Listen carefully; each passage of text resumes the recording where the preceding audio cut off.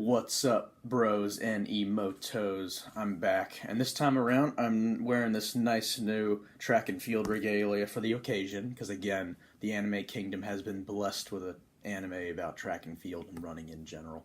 Great sports anime material right there. Anyway, again, just to kind of go over this again, this is my weekly show I'll do to kind of discuss what happens in Kaze, also known as Kaze ga Tsuyoku Fuiteiru. I thought, Sunday would be a good day to do it because it's not during the workday. I'm not kind of worn out from working all day, and I'm more energized when I get more sleep. And yeah, so besides it's quiet here, my roommate's at work, so why not just do this now? Anyway, this was a really great episode. It was called Ogre's Arrival. I'm going to explain why it was called that in just a little bit here. Basically, Haiji's the ogre. Haiji, who is our resident sneaky bastard, is really hell-bent on making sure these guys run this race with him. Again, it's the Hakone Ekiden. It's like a ultra-marathon level relay race from Tokyo to Hakone, which is like a resort city with like baths and mountains and stuff like that. He's got a little reason why all these guys should be running here. So the JoJo's twins, Jojiro and Jotaro, they did soccer in the past, and so did King, the bigger guy. Soccer's kind of a good way to start out with running, just because you are running a whole lot in that game. And then Nico-chan Senpai, despite what he looks like and what his unhealthy habits are, he actually did track and field in the past, which I thought was kind of funny because the dude smokes like a chimney.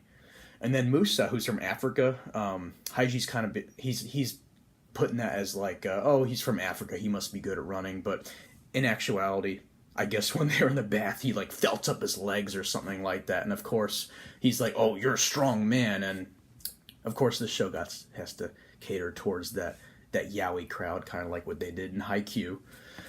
So yeah, there's him, Musa, Shinzo, who was the kind of the younger looking kid. He walked home from school back and forth, and that totaled around 10 kilometers, which is actually roughly 6.25 miles. So that's a whole lot of walking. That's a lot of school commuting.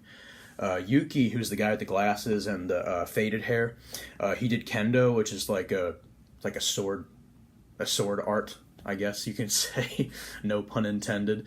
And Prince, which I thought was really funny with this one, he honestly did not have a good reason why Prince should do it, which I thought was kind of funny because Prince is like the character who is not really athletic. He's more feminine. He's more of a otaku or nerd because he loves manga more than anything else.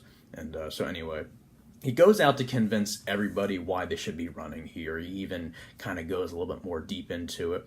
First off, when he goes to the little opening day for all the clubs and whatnot, he finds Prince and his friend at their little shop, their stand for their manga club, and he was telling Prince how, oh yeah, so you actually can get evicted from this dorm if you don't join the track and field team, because if you remember from the first episode, that dorm is actually a track and field dorm. When I was in college, we actually had certain houses or certain blocks that had to only be athletics. And there was ways around that, obviously, but it's kind of cool how they did that for us and how they're all in a track and field dorm. So he kind of blackmailing Prince, kind of a dick move, but King wants to find a new job. So he's trying to coerce King by telling him, oh, hey, you really want to have a resume builder, don't you? So obviously when you're an athlete, it always looks good for an employer to see that. So he's telling King that so that he'll join the cause. And Musa is just an innocent and impure kid, so he's just, he couldn't lie to Haiji when Haiji asked him, oh, are you busy these next few months? And he just doesn't want to lie, so he's just like, I might as well do it. The twins are also kind of thirsty for the ladies, and when they used to play soccer, I guess they're under the impression that just because you're an athlete, you're going to attract the women, which, can be true, cannot be true. And so these guys are just, they're thirsty AF. They just want to be part of that squad so they can get the ladies here. They're pretty funny, though. I really like the JoJo's reference, obviously. Now, Yuki, he's kind of a borderline tsundere, I guess, because he really does not want to get involved with this. I mean, he's actually trying to convince the other guys all at the same time, while Haiji is actually all gung-ho, telling him, like, oh, we gotta do this and everything like that. So it's pretty funny seeing Yuki fight him all the way through the whole entire campaign of recruiting all these guys.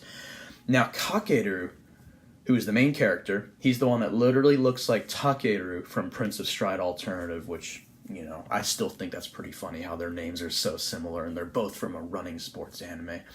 Kakeru has having some weird flashbacks here from, like, high school or something like that, where one of his teammates is picking on another teammate, and we have yet to learn about what that is, but I imagine it has something to do with the fact that maybe he's insecure about something as far as new people running or some sort of confidence issue. One thing about sports anime is that it's a lot of psychology.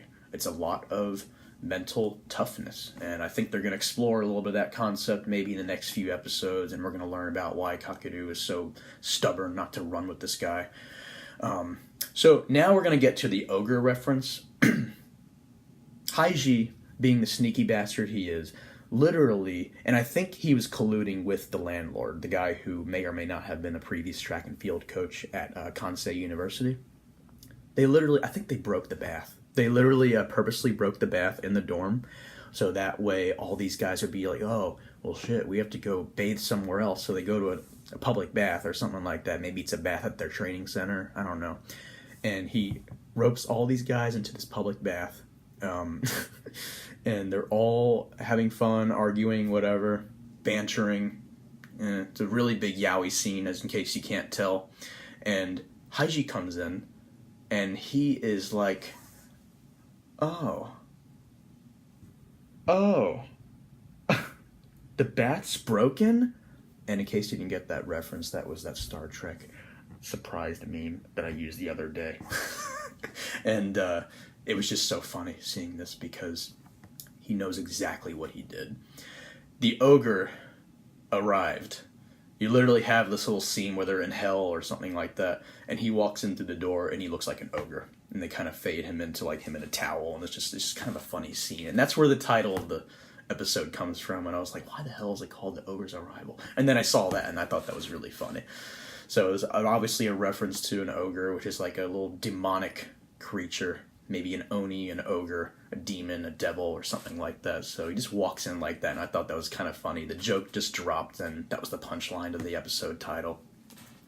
So I think it was Kakeru and Haiji, if I hadn't mistaked that they do some sort of competition, a bet, or something like that, where literally they were placing bets to see who would win, and whoever wins would decide what the fate of the team was.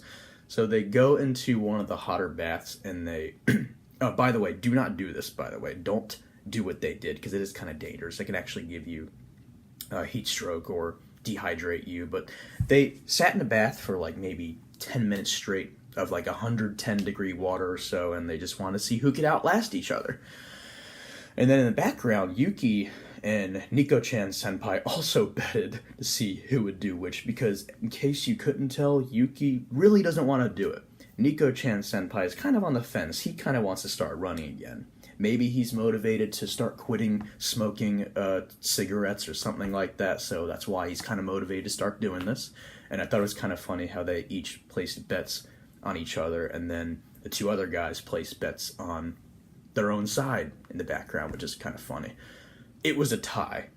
The little race to see who could last the longest in the really, really hot jacuzzi or whatever was a tie. And it had to be, because let's be honest, like we can't have an outcome that fast. It's only 2 episodes into the show, so I kind of thought that would happen. So, but yeah, it was a great episode. The ending scene that happened right before the credits was really funny, because you have Haiji starting to mentally prepare Prince to move all of his manga. He's got a whole harem of manga with like 3 walls surrounding him. If this was me and he was sitting in his little nook, he would have 3 walls of manga, and it was like probably 7 feet tall. And Haiji's like, oh, you might as well start packing now, my friend, because, you know, if you don't join the track and field team, you're not going to be able to live here anymore. I know you can't afford to move. Haiji plays really dirty. He knows how to blackmail. And so that I thought that was it's pretty funny how cunning and, you know, tricky he is. So, and then you have your credits roll.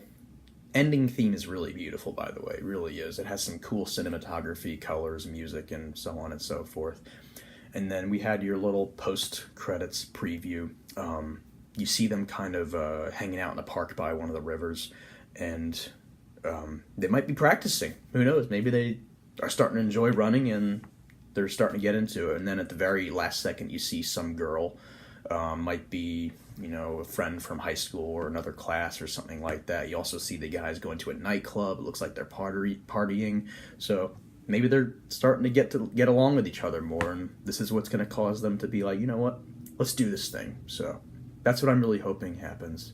I'm really excited to see what happens with the next episode.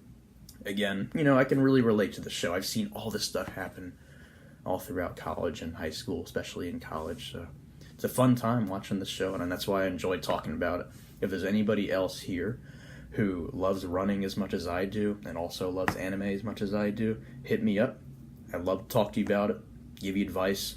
I can ask you for advice and so on and so forth. Again, you can follow me on Twitter at real CLT Otaku. CLT is short for Charlotte. It's like our airport code. Real CLT Otaku.